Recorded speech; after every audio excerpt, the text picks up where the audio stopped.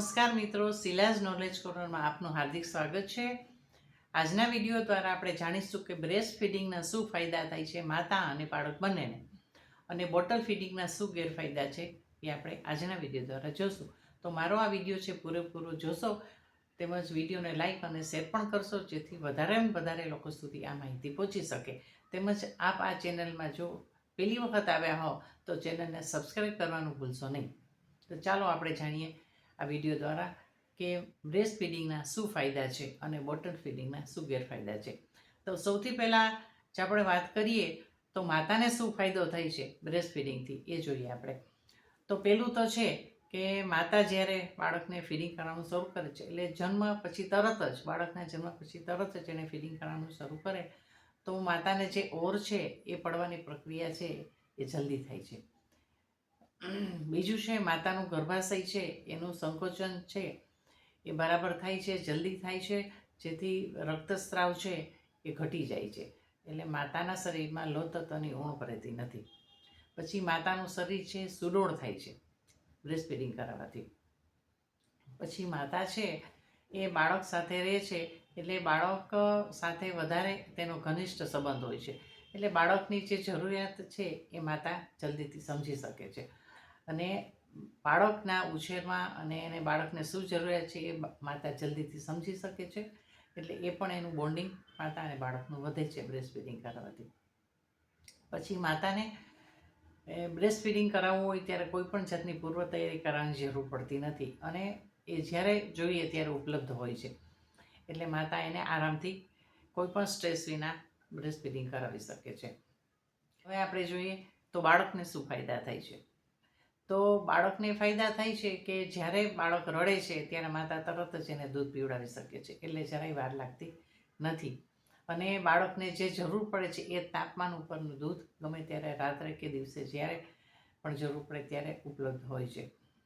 પછી બાળક છે એનો માનસિક વિકાસ અને બૌદ્ધિક વિકાસ, એટલે કે એનો આઈક્યુ છે એ વધારે થાય છે, અને બાળક છે એ કોમ્પિટિટિવ એક્ઝામ હોય છે એમાં પણ એને સારો નંબર આવે છે, એટલે આ બૌદ્ધિક વિકાસ અને માનસિક વિકાસ છે એમાં પણ બાળક છે એ બીજા બાળકો કરતાં આગળ આવે છે।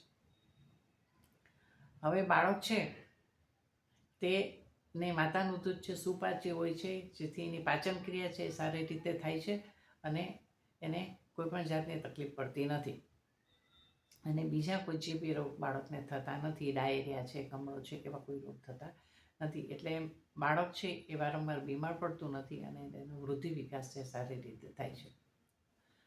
માતાના દૂધમાં જરૂરી પોષક તત્વો હોય છે, તેથી બાળક છે એ કુપોષણ નો શિકાર બનતું નથી, એટલે કુપોષિત થતું નથી, પણ બાળકને જેટલું જરૂર પડે છે તેટલું દૂધ એમાંથી મળી રહે છે, જેથી બાળકનું પોષણ યોગ્ય રીતે થાય છે।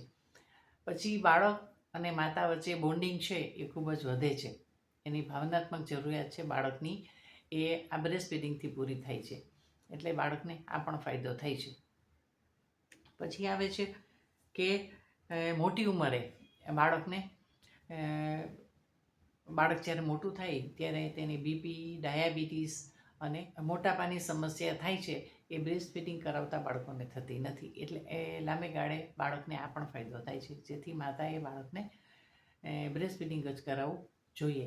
હવે સમાજને શું ફાયદો થાય છે, તો એક તો છે બાળક વારંવાર બીમાર પડતું નથી, બરાબર છે, જેથી બાળકની માંદગી અને મૃત્યુનું પ્રમાણ ઘટે છે, આ સમાજને ફાયદો। તેમજ તંદુરસ્ત બાળક થાય છે, જે સમાજ માટે ખૂબ જ ઉપયોગી છે, અને સમાજ ઉપર કે દેશ ઉપર જે આરોગ્ય સેવાઓ છે એની ઉપર કોઈ ભારણ રહેતું નથી, તેમજ પરિવારને પણ ફાયદો થાય છે કે આર્થિક રીતે પણ કોઈ પણ જાતનું નુકસાન સહન કરવું પડતું નથી, કે વધારાના પૈસા છે આના માટે ફાળવવા પડતા નથી, પણ બાળકનું પોષણ યોગ્ય રીતે થાય છે।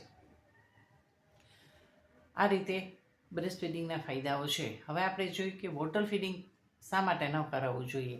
અત્યારે આજકાલ ફેશન છે કે ફોર્મ્યુલા દૂધ આપે છે, ઉપરનું દૂધ આપે છે, અને બાળકને એક જાતની ફેશન છે કે બોટલ ફીડિંગ કરાવવું જોઈએ એટલે માતાને કોઈ ઝંઝટ નહીં, પણ ના, આવું આપણે કરવાનું નથી, એ માતા અને બાળક બંને માટે નુકસાનકારક છે।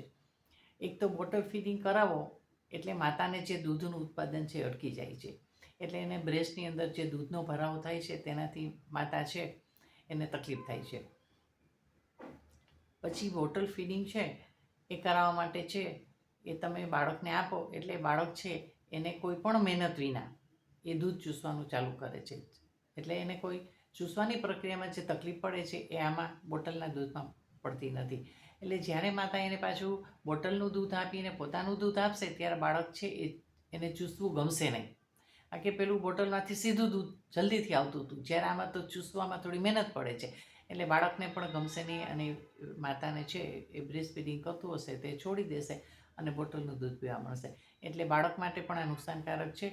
તેમજ બોટલ છે વારંવાર સાફ કરવી પડે છે, એટલે માતાનું કામ વધે છે. વારંવાર સ્ટરીલાઇઝ કરવી પડે છે. જો એમાં થોડુંક પણ દૂધ રહી જાય તો એમાં જંતુ ઉત્પન્ન થાય છે અને બાળકને ડાયેરિયા છે, કમળો છે એવા રોગ થાય છે. એટલે બાળકને તમે બીમારીથી બચાવો એના માટે તમારે બોટલ ફીડિંગ કરાવવાનું નથી. પછી રાત્રે જ્યારે બાળક ઉઠે ત્યારે માતાની ઊંઘ બગડે છે કે બોટલ ગરમ કરવી પડે છે, પછી એને સાફ કરીને રાખવી પડે છે. જો અગાઉથી તમે તૈયાર કરેલું દૂધ બાળકને આપો અને બગડી ગયેલું હોય તો પછી બાળકને ડાયરિયા થવાની શક્યતા રહે છે. એટલે બાળક સામે જોખમ ઊભું થાય છે. એટલે માતાનું પણ કામ વધે છે, રાત્રે ઊંઘમાં પણ ખલેલ પહોંચે છે. જેથી બોટલ ફીડિંગ છે એ બાળકને ક્યારેય ન કરાવવું જોઈએ. જો બાળકનું સ્વાસ્થ્ય સારું રાખવા માગતા હો અને એનો વૃદ્ધિ અને વિકાસ છે સારી રીતે કરવા માગતા હો તો ક્યારેય બોટલ ફીડિંગ આપવું જોઈએ નહીં. તેમજ ઉપરનું આપણે દૂધ આપીએ છીએ તેમાં પોષક તત્વો બરાબર યોગ્ય પ્રમાણમાં હોતા નથી. વિટામિન્સ અને આયર્ન હોય છે એ હોતું નથી, જેથી બાળક છે એ કુપોષણનો ભોગ બને છે. એટલે બાળક છે એની સારી તંદુરસ્તી રહે તેના માટે થઈને માતાએ બ્રેસ્ટ ફીડિંગ જ કરાવવું જોઈએ. બોટલ ફીડિંગ ક્યારેય કરાવવું ન જોઈએ, જેથી તમારું બાળક ક્યારેય બીમાર પડે નહીં, તેમજ એને વૃદ્ધિ અને વિકાસ સારી રીતે થાય. તો આજનો મારો આપને વિડીયો કેવો લાગ્યો છે તે શેર કરીને મને જણાવશો, કોમેન્ટ સેક્શનમાં જણાવશો. તેમજ મારો વિડીયો લાઇક અને શેર કરશો, જેથી વધારે લોકો સુધી આ જાણકારી પહોંચશે. તેમજ સબસ્ક્રાઈબ કરવાનું પણ ના ભૂલશો. ચાલો ત્યારે હવે મળશું બીજા વિડીયો દ્વારા. ત્યાં સુધી હું રજા લઉં છું. આભાર બધાનો.